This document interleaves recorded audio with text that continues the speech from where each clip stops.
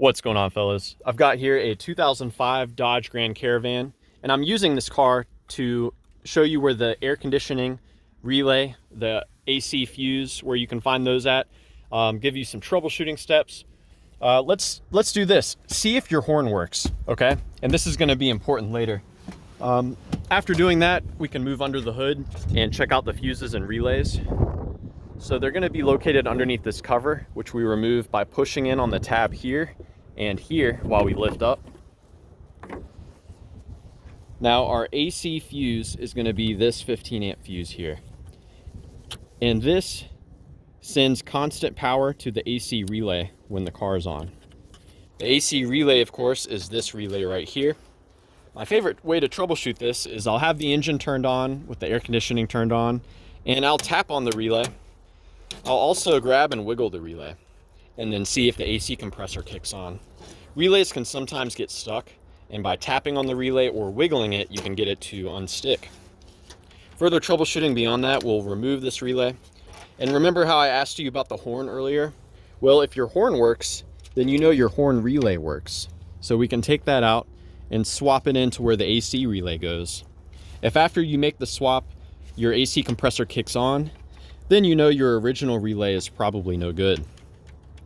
Now let's take a look at how this system is wired. So fuse power comes in at this pin here. So this pin should be hot whenever the car is on. This pin also receives power whenever the car is running.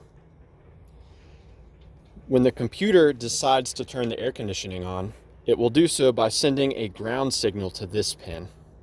There are a few reasons why the computer may decide to not turn on the AC. Some common ones include if your car's overheating, or if the check engine light is on, like let's say you have a misfire, the computer will disable your air conditioning until you fix that misfire.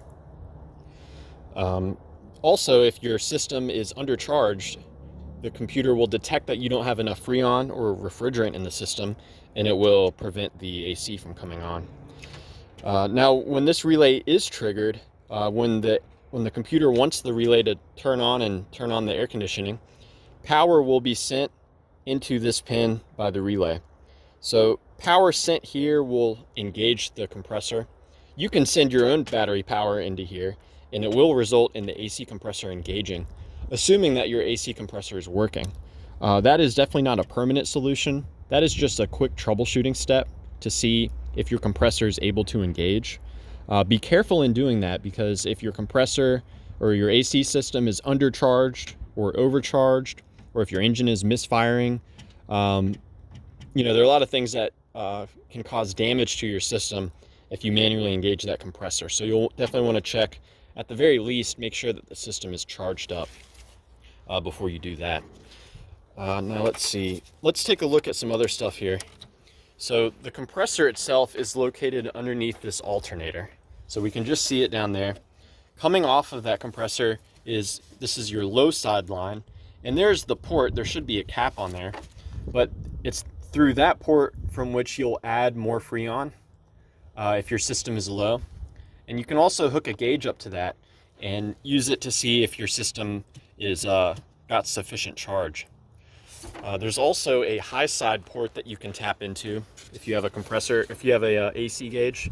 That high side port is here. And what this shows you is how much pressure the AC compressor is able to generate when it's engaging.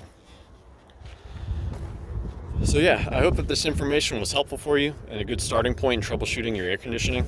If you have any questions, let me hear them below. Or more importantly, if you have any advice about troubleshooting the AC, definitely chime in as well. One last thing I'll leave you with. Let's say your AC compressor engages, but your AC is just not that cold, especially when the car is idling. The car really relies on these two electric fans to move air. And you can see in this one, all of the fan blades have broken off. So this car probably won't have good air conditioning performance, especially at idle, because there's no air moving through the front. So that's definitely something to check on yours. They're both broken, so this car is probably overheating also. But yeah, I hope this information was helpful, and have a great day.